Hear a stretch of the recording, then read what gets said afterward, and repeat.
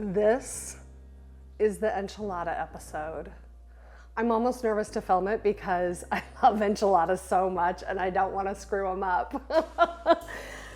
If there's one thing that I could eat for the rest of my life, you know, people say, if you're stuck on an island and you had to eat one thing for the rest of your life, what would it be? Mine is a toss-up between enchiladas and pizza, but I love enchiladas so much since I was little. Like, I remember eating enchiladas when I was like 5 years old. So I'm so excited to share this recipe with you. And if you haven't already watched the homemade red enchilada sauce recipe, go back and watch that one first. I'll link it right up here for you guys, and you can watch that and then come back and watch this one. So welcome to Mom's Dinner, everybody. My name is Susie Weinrich.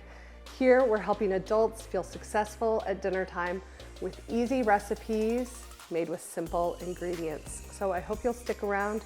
We're gonna make chicken enchiladas for dinner, and I'm so excited. We're gonna start this recipe by making a super flavorful chicken filling for your enchiladas. Pop a large skillet over medium heat, add 1 tablespoon of your favorite cooking oil, and then you're gonna go in with half a cup of chopped white onion and 3 chopped garlic cloves. Get that softened down really nice, and then you're gonna add 3 cups of chopped or shredded chicken breast. And we're gonna season it all up.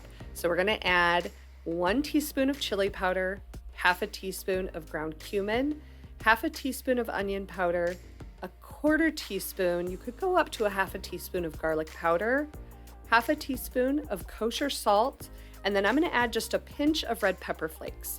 You could also add a 1/4 cup of chopped cilantro in here if you want to have that flavor. Then we're gonna add in 1/3 cup of the red enchilada sauce. Give this all a stir, let it come together, and then you can just pop that off the heat and let it cool for a little bit while we get set up.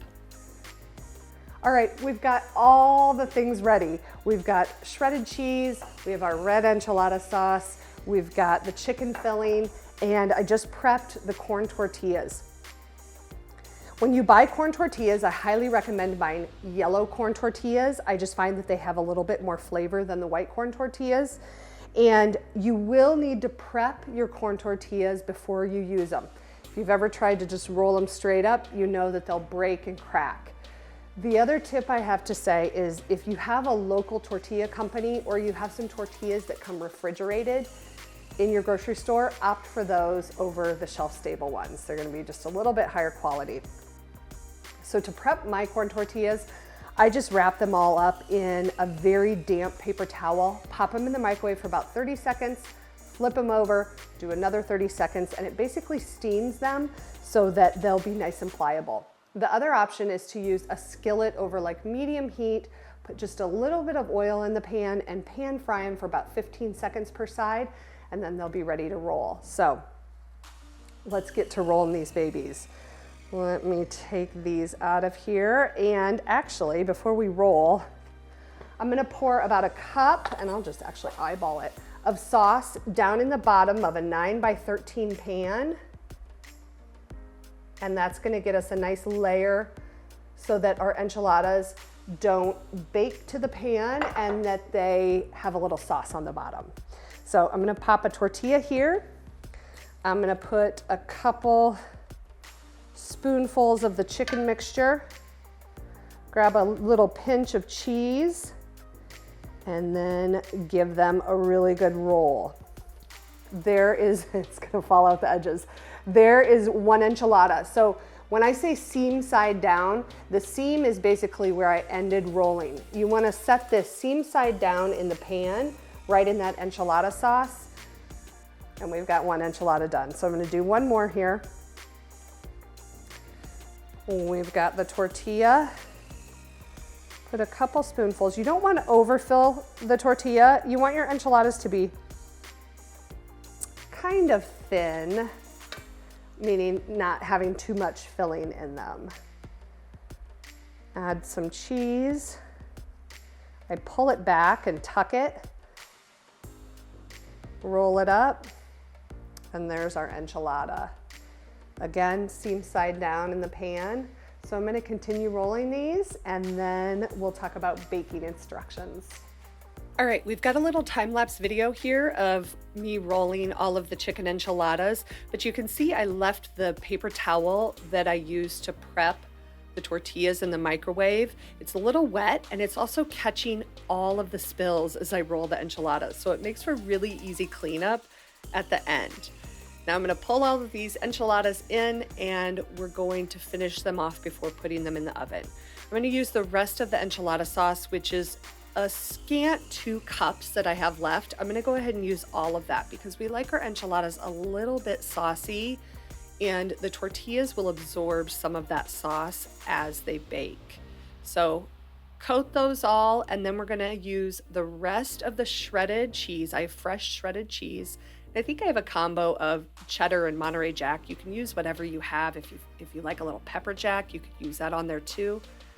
But just make sure you coat all of the enchiladas with the cheese and they're ready to go in the oven. Ta-da! Our enchilada pan is all ready. And what I'm gonna do, I've got the oven preheated to 350 degrees. I'm gonna cover this pan with some foil.